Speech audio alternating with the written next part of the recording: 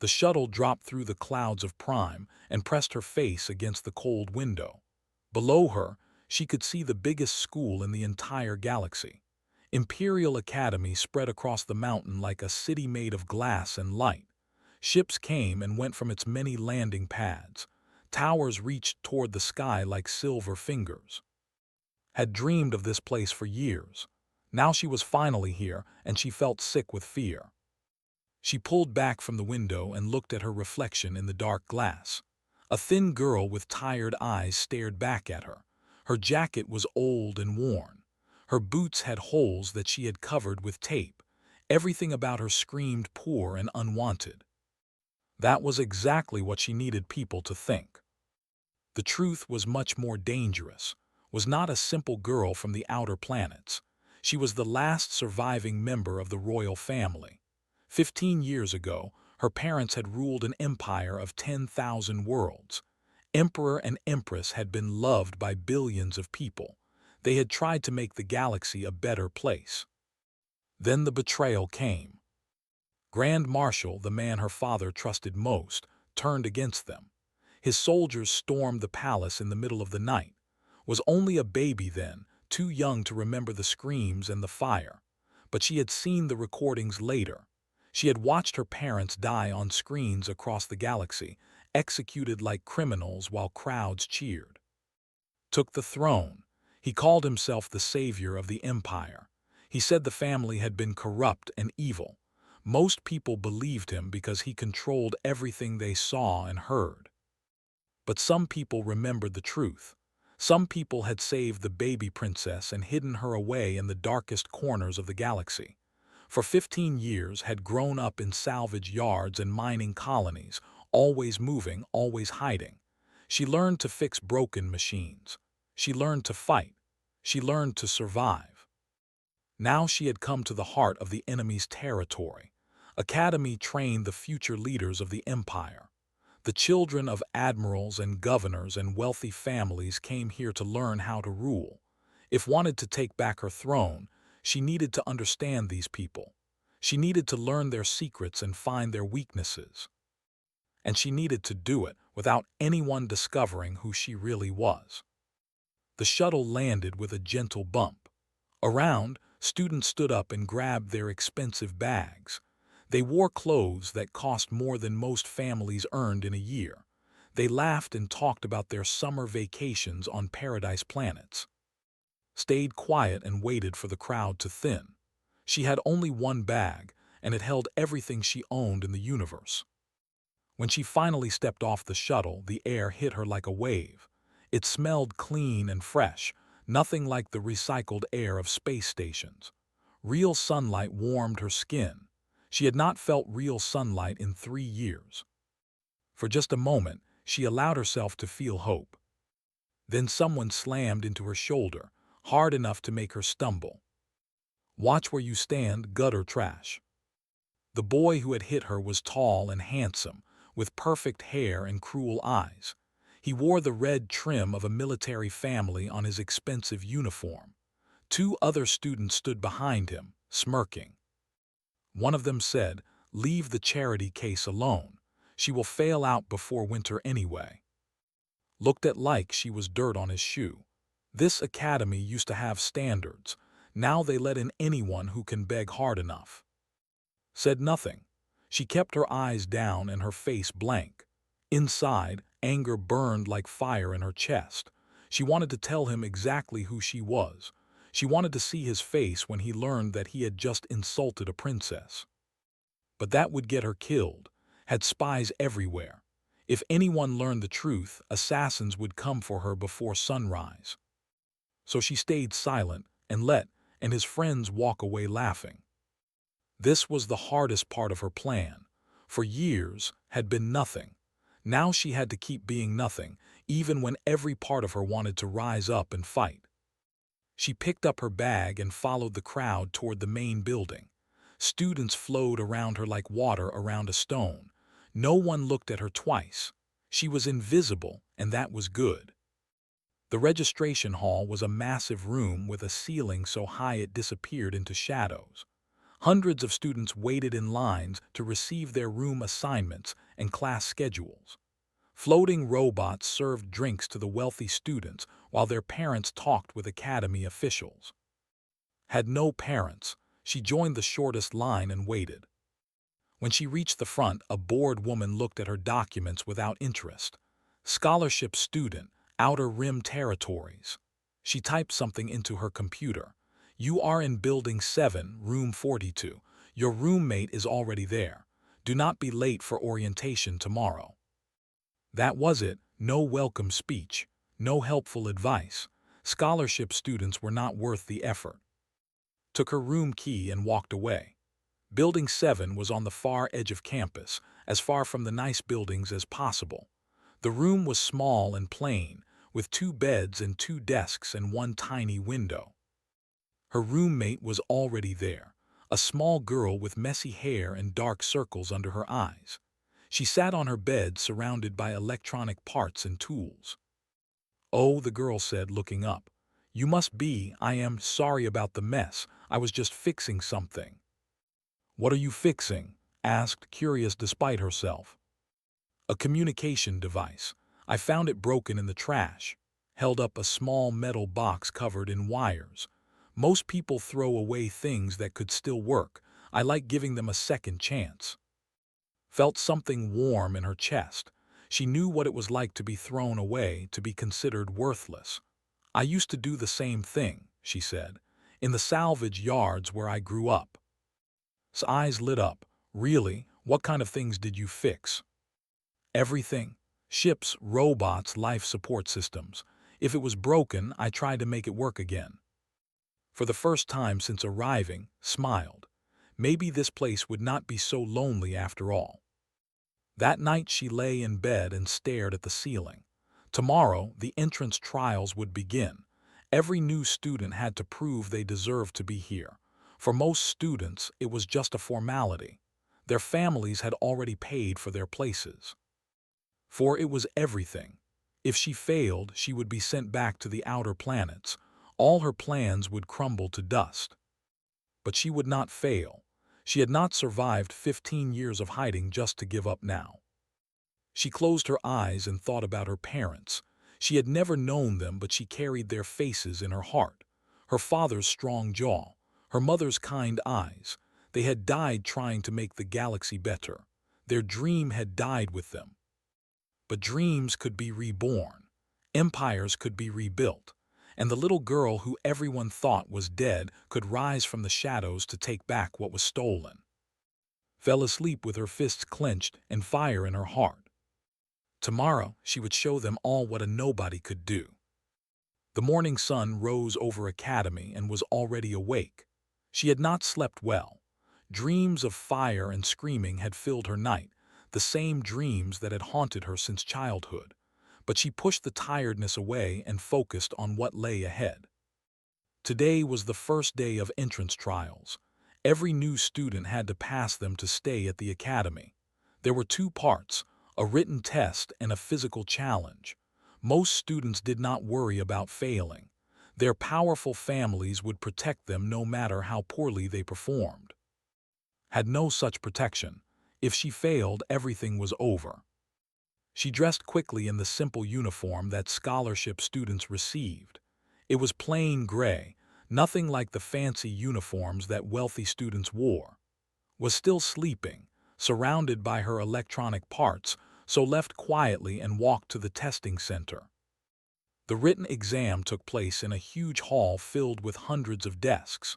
Students sat in alphabetical order, which put near the back of the room. She could see and his friends near the front, laughing and joking like they had nothing to worry about. When the test began, the room fell silent. Looked at the first question and felt her heart sink. It was about advanced military strategy, something that students from military families had learned since childhood. The second question was about galactic trade law. The third was about the biology of alien species. For a moment, panic grabbed her throat. How could she possibly know these things? She had grown up in salvage yards, not fancy schools. Then she remembered the old robot.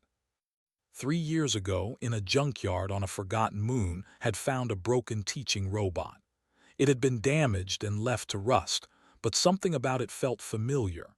She had spent weeks repairing it, and when it finally powered on, it called her by name. The robot had been her family's property, programmed with everything a princess needed to know. It had survived the fall of the empire and waited in that junkyard for over a decade, hoping she would find it. For 3 years it had taught her everything: history, science, strategy, law, languages, and more. Had complained about the endless lessons. Now she was grateful for every single one. She picked up her pen and started writing. The answers came slowly at first, then faster as her confidence grew. She knew this material. She had studied it for thousands of hours in the belly of broken ships, by the light of dying stars. When the proctor called time, had finished every question. Her hand ached from writing, but she felt good. Around her, other students were groaning and complaining about how hard the test was. Caught her eye as she left the hall. His expression was unreadable. The physical trial came next, and it was much worse. The Crucible, they called it.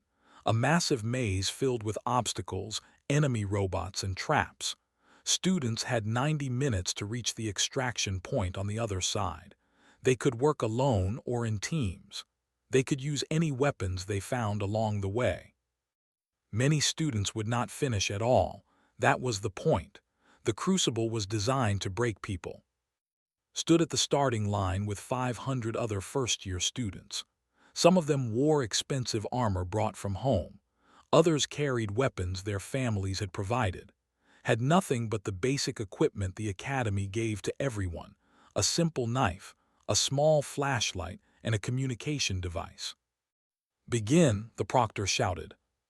Chaos exploded around her. Students ran forward, shoving and fighting to reach the weapons caches that everyone knew were near the entrance. Saw two boys punching each other over a plasma pistol. A girl screamed as a training robot shot her with a stun beam. Did not run forward. Instead, she ran sideways. During the briefing that morning, she had studied the holographic map of the Crucible very carefully. Most students had ignored it, too confident in their skills and equipment, but had learned long ago that information was more valuable than weapons. She had noticed small passages marked on the map, maintenance tunnels for the robots and machines that ran the Crucible. They were not meant for students to use, but they were there. Found a hidden hatch in the floor and dropped into darkness. The tunnel was tight and dirty, filled with cables and pipes. She crawled through it on her hands and knees, moving as fast as she could. Above her, she could hear the sounds of battle: explosions, screaming, the buzz of stun beams. She emerged behind the first checkpoint, while most students were still fighting at the entrance. For the next hour, moved through the Crucible like a ghost. She avoided fights when she could and ended them quickly when she could not. Her knife was not fancy, but she knew how to use it. The salvage yards had taught her to fight dirty, to win even when the odds were against her. The maze tried to stop her. Gravity plates flipped without warning, sending her tumbling through suddenly upside-down corridors. Walls moved and blocked her path. Stunned drones hunted her through narrow passages. But had survived worse. She had walked through derelict ships filled with radiation and vacuum. She had escaped from pirates who wanted to sell her as a slave. She had lived through things that would have killed most people. The Crucible was just another obstacle, and had learned to overcome obstacles. 50 minutes into the trial, she heard something that made her stop. Someone was crying. She followed the sound and found. The boy who had called her gutter trash was pinned under a fallen beam, his expensive armor sparking with damage. A combat drone circled above him, preparing to fire. His friends were nowhere to be seen. They had left him to fail. Could have walked away. She should have walked away. Was her enemy part of the system that had killed her family and stolen her future? But she thought about what her parents had believed. They had tried to build an empire where people helped each other, where the strong protected the weak. If she wanted to rebuild their dream, she had to be better than the people who had destroyed it. She jumped. Her knife found the drone's sensor cluster, and it crashed to the ground in a shower of sparks. Stared at her with wide eyes as she grabbed the beam and pulled with all her strength. "Help me," she grunted. "Push." Together, they moved the beam enough for it to crawl free. His leg was injured, but he could still walk. "Why?" he asked, his voice cracking. "I was terrible to you. Why would you help me?" "Because someone has to be better," said. "Now move. We have 30 minutes left." They ran together through the final section of the maze. Was limping badly, but he did not complain. Fought off 2 more drones while he recovered his breath. They crossed the extraction line with only seconds to spare. The proctor stared at them in disbelief. No one had expected a scholarship student to finish, let alone finish helping someone else. That night, the rankings were posted on every screen in the academy. First place overall, scholarship student, Outer Rim Territories. No scholarship student had topped the entrance trials in over 100 years. Stood in front of the screen and felt the weight of 1,000 eyes on her back. Students whispered her name. Some sounded angry, some sounded afraid, some sounded impressed. Found her in the crowd. He did not speak at first, just stood beside her and looked at the rankings. "I owe you," he said finally. "I do not know why you helped me, but I owe you. If you ever need anything, I will be there." Nodded but did not smile. She had not helped him to make friends. She had helped him because it was right. But as she walked back to her room, she allowed herself to feel a small spark of hope. She had taken the first step. She had proven that she belonged here. Now the real work could begin. Far away, in a dark room filled with screens and data, an old computer program woke up for the first time in 15 years. It had been waiting for a specific genetic signature, a pattern that matched the lost bloodline. It had finally found a match. And soon, dangerous people would know that the dead princess was not so dead after all. 3 months had passed since the entrance trials, and life had become very complicated. She had expected people to ignore her after her surprising victory. Instead, the opposite happened. Everyone wanted to know about the mysterious scholarship girl who had beaten the children of admirals and governors. Some students tried to become her friend, hoping her success would help them too. Others hated her and looked for ways to make her fail.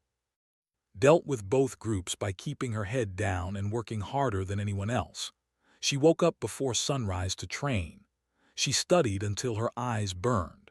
She answered questions in class only when teachers called on her directly, never showing off or drawing extra attention. But attention found her anyway. "You are a very interesting puzzle," said a voice behind her one evening. Was in the restricted section of the academy library, researching old military strategies. She had thought she was alone.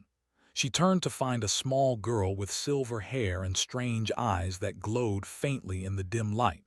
Cybernetic implants, realized. The girl could probably see in complete darkness. "Who are you?" asked, keeping her voice calm even as her heart raced. "My name is, I trade in information." The girl smiled like a cat watching a mouse. "I know things about everyone in this academy, who is cheating on their exams, who is sleeping with whom, which families are secretly broke, which students are spies for outside powers." "That sounds dangerous." "It is, but knowledge is power and power keeps me alive." Stepped closer. "I have looked into your background, or rather I have tried to look. Do you know what I found?" His blood turned cold. "Nothing interesting, I imagine." "Exactly, nothing." His glowing eyes narrowed. "No birth records, no school records, no medical files, no family connections. It is like you did not exist until 3 years ago when you suddenly appeared in the Outer Rim salvage territories with perfect fake documents." "Records are hard to keep in the outer planets," said carefully. "Wars and pirates destroy everything." "That is true, but someone with your skills should have left traces somewhere. You are too smart, too capable to have come from nowhere, tilted her head. Who made you? Who trained you? And why did they send you here? For a long moment considered her options. She could lie and hope believed her. She could try to silence somehow, though the information broker probably had safeguards against that. Or she could take a terrible risk. If I told you the truth, said slowly, it would put both of us in danger. The kind of danger that ends with bodies floating in space. Smile widened. Now that is interesting. I knew I liked you. She held out her hand. I am not going to dig any deeper, but I want us to be allies. Whatever you are hiding, whatever you are planning, I think it is going to shake this galaxy, and I want to be on the winning side when it does. Shook her hand. Why would you trust me? Because you saved in the crucible when you had every reason to let him fail. That tells me you have principles. Pulled a small data chip from her pocket and pressed it into his palm. This is a gift. Information about some people who have been asking questions about you. Be careful, you have attracted the wrong kind of attention. After left, plugged the chip into her personal tablet. What she read made her stomach drop. 3 students were on the list. 1 faculty member. 1 administrative worker. All of them had connections to Grand Marshal's intelligence network. All of them had been placed at Academy in the past month. They were hunting for her. Far across the galaxy, in the throne room of the Imperial Palace, Grand Marshal was reading a report that filled him with cold fury. A genetic match, his intelligence chief said, standing at attention. 97% probability that this girl carries the bloodline. We do not know how she survived or who has been hiding her, but she is real. Stared at the holographic image floating before him. The girl looked so much like Empress that it made his teeth clench. He had killed the Empress himself, watched the light fade from her eyes as his soldiers held her down. He had been certain the baby princess died in the chaos of that night. Apparently, he had been wrong. Who else knows about this? He asked. Only our most trusted agents, Grand Marshal. The genetic database at Academy flagged her automatically, but we have contained that information. Good, stood and walked to the window. Below him, the capital city stretched to the horizon, millions of people going about their lives under his rule. He had spent 15 years building this empire. He had crushed rebellions and eliminated threats. He had made himself seem like a necessary savior, the strong hand that kept the galaxy from falling into chaos. A living heir could destroy everything. The old nobility still remembered the royal family fondly. The common people told stories of Emperor and his kindness. If a princess emerged from the shadows, claiming her birthright, half the galaxy might rally to her cause. Should we eliminate her, Grand Marshal? The intelligence chief asked. Considered the question. His first instinct was to say yes, to send assassins tonight and end the threat before it could grow, but that would be wasteful. No, he said finally. Not yet. Someone has been hiding this girl for 15 years. Someone has been training her, preparing her, placing her in my academy for a reason. I want to know who. I want to know their networks, their resources, their plans. He turned back to face his chief. Let the girl think she is safe. Let her make friends, form alliances, reveal her supporters. When we understand exactly who stands behind her, we will destroy them all at once. And then, smiled, but there was no warmth in it. Then I will execute her on live broadcast, just like I executed her parents. The galaxy will watch the last die, and no one will ever dare challenge my rule again. Back at Academy, was walking to her room when fell into step beside her. Things between them had changed since the crucible. No longer called her names or looked at her with contempt. He was not exactly friendly, but he was respectful. His old companions had abandoned him after his failure in the maze, calling him weak for needing help from a scholarship student. Now he sat alone in class and ate alone in the dining hall. I need to tell you something, he said quietly. There was a man asking questions about you today. He claimed to be a journalist writing about scholarship students, but something felt wrong about him. His pulse quickened. What kind of questions? Where you came from, who your friends are, what you do when you are not in class. Glanced around to make sure no one was listening. I told him nothing, but I wanted to warn you. I think you have enemies you do not know about. Thank you, said, meaning it. Why are you helping me? You do not owe me anything anymore. Was quiet for a moment.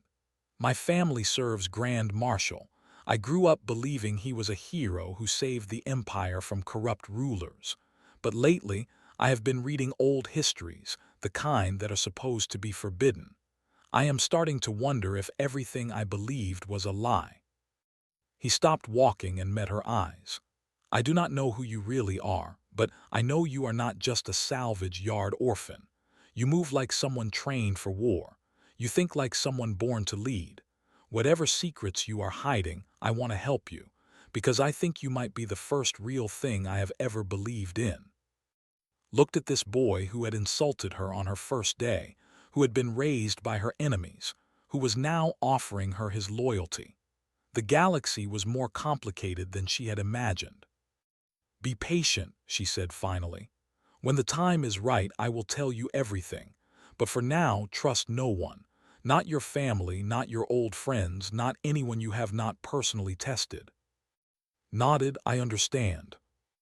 They parted ways at the dormitory entrance. Walked to her room alone, her mind racing with plans and fears. The enemy knew she was alive. They were watching her, waiting for her to reveal herself. One wrong move and everything would be over. But she had allies now, who fixed broken things and asked no questions, who traded in secrets and chose her side, who was learning to question the lies he had been fed. It was not much, but it was a start. Closed her door, pressed her back against it, and let out a long breath. The game had become much more dangerous, but she had not come this far to give up. The daughter of emperors would not fall so easily. 6 months into her first year at academy, discovered she was not as alone as she had believed. It started with small things that she almost missed. A professor who held her gaze too long after class, something like recognition in his eyes. A cleaning woman who dropped a folded paper at her feet while sweeping, then walked away without looking back. A student she had never spoken to who whispered strange words as they passed in the hallway. The old blood remembers. Collected these moments like puzzle pieces, not sure what picture they formed. She was careful not to respond or react, in case they were traps set by agents. Trust was a luxury she could not afford. Then came the night that changed everything. She found a note in her bag after combat training. It contained only coordinates and a time. Midnight, in a part of the academy she had never explored. The paper smelled old, and the writing was done in a style she had seen only once before, in the recovered files from her family's fallen palace. It was court script, a language that had been forbidden for 15 years. Knew she should ignore it. Walking into an unknown place at midnight was exactly the kind of mistake that got people killed. But something deep in her chest pulled her toward those coordinates, a feeling she could not explain. At midnight, she slipped out of her room and made her way through the sleeping academy. The coordinates led her down, past the student areas, past the faculty sections, into tunnels that seemed older than the academy itself. The walls here were carved with symbols she recognized from her earliest memories, marks that made her heart beat faster. The dynasty's sacred signs, the emblems of her family's house. She reached a heavy door and pushed it open. Inside was a chamber lit by soft blue lights. 12 figures stood in a circle, their faces hidden by hoods. As stepped through the doorway, they turned toward her, and then, as one, they knelt. "Your Highness," spoke the figure at the center, a woman's voice rough with age and emotion. "Forgive us for the long silence. We had to be certain. But your blood sings true and the time for hiding is ending." Stood frozen, unsure what to say. "Who are you?" The woman rose and pulled back her hood. She was old, her face marked with scars that looked like burn wounds, but her eyes were sharp and alive, filled with a fierce hope that made throat tight. "My name is. I served your mother as her personal guard for 20 years. I was there the night the palace fell. I was one of those who carried you to safety while your parents bought us time with their lives." The other figures rose and removed their hoods. Soft faces, young and old, men and women, some wearing academy uniforms and others dressed as workers or faculty. All of them looked at her with the same expression, hope mixed with desperate faith. "We are called the Remnant," continued. "Survivors of your parents' court, soldiers who stayed loyal when betrayed us, scholars who preserved the old knowledge. For 15 years, we have worked in the shadows, waiting for you to grow strong enough to lead." "You have been watching me," said slowly, "all this time. From a distance. We could not risk contact until we were certain spies had not found you first. But now the enemy knows you are alive. The game has changed, and you needed to know the truth." Walked among them, looking at each face. These people had given up everything to keep her family's memory alive. They had risked death every day for 15 years, holding on to hope that a baby princess would someday return. "What do you want from me?" she asked. "We want you to reclaim what was stolen," said. "Your parents were not the tyrants' claims they were. They were reformers. They tried to change the empire to make it serve all people instead of just the wealthy and powerful. That is why he destroyed them. That is why he hunts you still." She stepped closer too, her face intense. "You are the last hope for millions who suffer under rule. You are the symbol around which a revolution could gather, but only if you are willing to fight." "And if I am not what you want me to be," heard her voice crack. "If I am just a girl who learned to survive, not some legendary princess." Smiled, and suddenly she looked almost kind. "You topped the entrance trials against students who had every advantage. You saved an enemy when you could have let him fall. You have survived things that would have broken anyone else." She placed a hand on shoulder. "You are exactly what we need. Not a legend from old stories, but a real person who knows what it means to struggle. The galaxy does not need a perfect princess. It needs a leader who understands pain." In the weeks that followed, education expanded in ways she had never imagined. The Remnant taught her what salvage yards and teaching robots could not. She learned the true history of her family's rise, how her grandfather had united warring systems through diplomacy instead of conquest. She learned about her parents' plans to reform the empire, to break the power of corrupt nobles and give voice to common people. She learned why he had betrayed them, because their reforms threatened his power and the power of those who supported him. She also learned about herself. Her escape from the burning palace had been planned by her mother, who had seen the betrayal coming. Loyalists had smuggled baby off-world while her parents faced the soldiers alone, buying time with their lives. For 15 years, a scattered network had watched over her, intervening only when absolutely necessary, waiting for her to grow into the person she needed to be. "Your mother's last words were about you," told her one night. "She said that you would be the one to finish what they started, that you carried the best of both your parents in your blood." Felt tears she had been holding back for years finally break free. She had always wondered if her parents had loved her, if they had even thought about her in those final moments. Now she knew. They had died so she could live. They had trusted her to carry on their dream. The Remnant also brought warnings. Spies at the academy had increased their activity. They were no longer just watching, but actively trying to identify allies and contacts. Time was running short. "He will not wait forever," the Remnant's intelligence expert said. "Soon he will decide he has learned enough, and then he will strike. We need to act before he does." "Act how?" asked. "The annual tournament is in 2 months. Students from across the galaxy come to watch. Important people, including members of noble families who secretly oppose rule. If you reveal yourself there, if you show the galaxy that the heir lives, it could ignite a movement he cannot stop." Thought about what they were asking. To step out of the shadows meant becoming a target. Every assassin, every spy, every enemy would know exactly where to find her. She would be painting a target on her own back. But hiding had a cost too. Every day that ruled, people suffered. Every day she stayed silent, her parents' dream drifted further away. "I will do it," she said finally. "At the tournament I will show them who I am." The remnant members exchanged looks of relief and fear and hope, stepped forward and knelt before one more time. "Then we pledge ourselves to you, Your Highness. Our lives, our skills, our loyalty. Whatever comes next, we face it together." Looked at these people who had waited 15 years for this moment.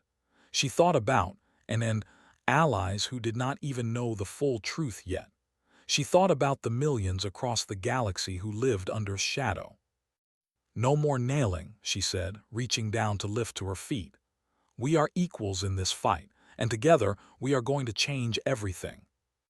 For the first time in 15 years, the bloodline was ready to step into the light. The tournament was the greatest event in the Academy's calendar. For 1 week, the best students competed in combat, strategy, and leadership challenges while thousands watched. Champions became legends. Careers were made or destroyed on the tournament grounds. This year something else would be made, a revolution. Stood in the preparation room checking her armor one last time. It was not the expensive custom gear that other finalists wore. It was salvaged military equipment she had modified herself, painted in colors she had chosen carefully. Gray and silver, the colors of the dynasty. Most people had forgotten what those colors meant. Today, they would remember. "You do not have to do this," said, standing near the door. Over the past weeks she had told him everything and he had not turned away. Instead, he had sworn himself to her cause, rejecting his family's loyalty too. "There are other ways, safer ways." "There are no safe ways," replied. "Will come for me eventually. I would rather choose my own battlefield than wait for him to choose it for me." Appeared beside her, cybernetic eyes flickering with data. "The arena is full. Every important person in the sector is watching. Also, my sources say agents are on high alert. They know something is happening, but they do not know what." "Good, let them wonder," sealed her armor and picked up her weapons. "Is everyone in position?" "The remnant has people throughout the crowd, has control of the broadcast systems. When you give the signal, your message will reach every screen in the galaxy." Nodded, "Then let us make history." The championship arena was designed to look like a ruined city, complete with crumbling buildings, hidden dangers, and holographic civilians that competitors had to protect. The rules were simple. Capture 3 enemy command posts while defending your own. The student who controlled the most territory when time ran out would win. His opponent was, son of the current Imperial Admiral and the favorite to win. He had trained for this his entire life. He had real combat experience from military operations his father had allowed him to observe. He had every advantage that wealth and power could provide. Had something else, she had purpose. The starting signal sounded, and chaos erupted. Strategy was obvious from the beginning, overwhelming force. He had formed alliances with other elite students before the tournament, and now they moved as a coordinated army, sweeping through the arena and crushing any resistance. Within 20 minutes, he controlled 2 of the 3 command posts. The crowd cheered his name.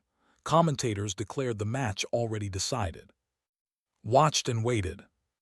She had learned patience in the salvage yards where rushing got you killed. She had learned to read patterns, to find weaknesses, to strike at exactly the right moment. Was strong, but he was also arrogant. He thought the match was already won. That was his mistake. Moved. Not toward the command posts, but toward the arena's power systems. She had studied the tournament grounds for weeks, learning every hidden passage and maintenance tunnel. Whilst forces spread out to defend their captured territory, she slipped behind their lines like a ghost. The first explosion took out their communications. The second disabled their defensive shields. The third created chaos in their ranks as coordinated teams suddenly could not coordinate. Then attacked. She fought like nothing the Academy had ever seen.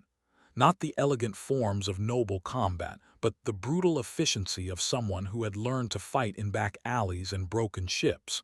She did not waste energy on fancy moves. Every strike was meant to end a fight quickly and move on to the next enemy. One by one, allies fell. Stunned, defeated, eliminated from the match. The crowd's cheers turned to shocked silence as the scholarship girl from nowhere tore through the tournament favorite's entire team. Finally, only remained. They faced each other on the top of a ruined tower, the arena spread out below them. His perfect armor was scorched and dented. His confident smile had vanished. For the first time in his life, he was facing someone he could not simply overwhelm. "Who are you?" he demanded. "No scholarship student fights like this. No one from the outer planets has these skills." Removed her helmet and let him see her face clearly. "My name is of House, daughter of Emperor and Empress, last heir of the dynasty your master destroyed." His face went pale. "That is impossible. The princess died 15 years ago.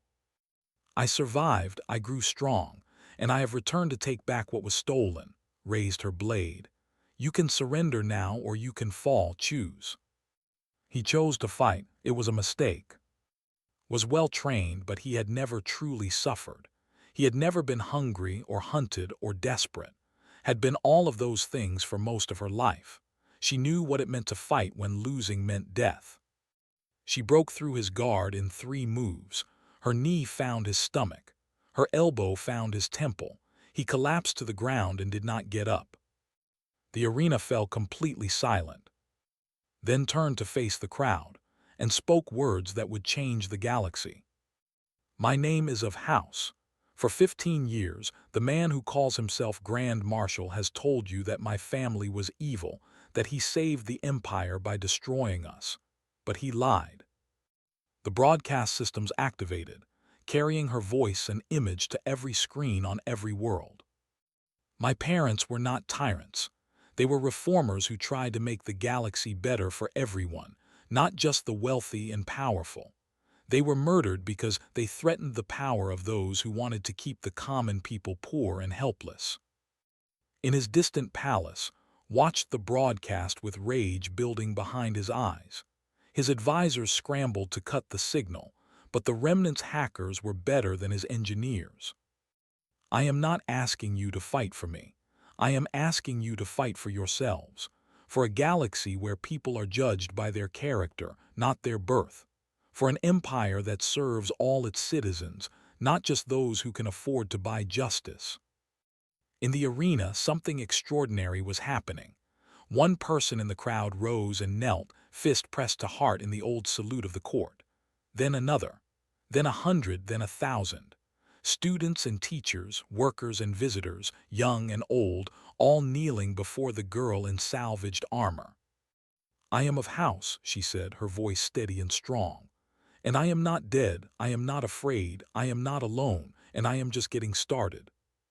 The cheering that erupted shook the very foundations of the arena. Across the galaxy, the broadcast reached billions of screens. In mining colonies and luxury penthouses, in military bases and refugee camps, people watched a young woman defy the most powerful man in known space. Some watched with fear. Some watched with anger. Many watched with hope. In his throne room, crushed the control tablet in his hand. "Send everything," he ordered. "Ships, soldiers, assassins. I want that girl dead before sunrise." "Grand Marshal," his intelligence chief said carefully, "if we attack the Academy directly, it could spark a civil war. Half the noble families might side with the princess. Then we destroy them too, all of them." His face twisted with hatred. "I burned her family once. I will burn everything she loves until nothing remains." But as his orders went out, reports came flooding back. Protests erupting on a dozen worlds. Military units refusing to mobilize. noble houses closing their gates and declaring neutrality. The broadcast had done more than reveal a lost princess. It had cracked the foundation of power. The empire he had built on lies was beginning to fall. Back at Academy, stood in the chamber of the remnant, surrounded by her allies. The old soldier who had carried her to safety as a baby, the information broker who had chosen her side, the enemy's son who had found something worth believing in, the quiet girl who fixed broken things. "What happens now?" asked. Looked at the faces around her, these people who had risked everything to stand with her. Outside, the galaxy was changing. War was coming. Millions of lives hung in the balance. She thought about her parents, who had died for a dream of a better universe. She thought about the salvage yards where she had learned to survive. She thought about every moment of pain and fear and loneliness that had brought her to this point. "Now we fight," she said. "Not just for the throne, but for everything my parents believed in. For every person who has ever been told they were worthless. For everyone who has ever dreamed of something better." She stood tall, no longer hiding, no longer afraid. "We are human. We do not give up. We do not surrender. We do not accept that the strong should crush the weak." Her voice rang through the chamber, carrying the weight of 15 years of struggle and hope. "We rise." The remnant answered with one voice, "We rise." And somewhere in the distant stars, the spirits of Emperor and Empress smiled down at their daughter, who had finally come home to change the galaxy. The age of hiding was over. The age of revolution had begun.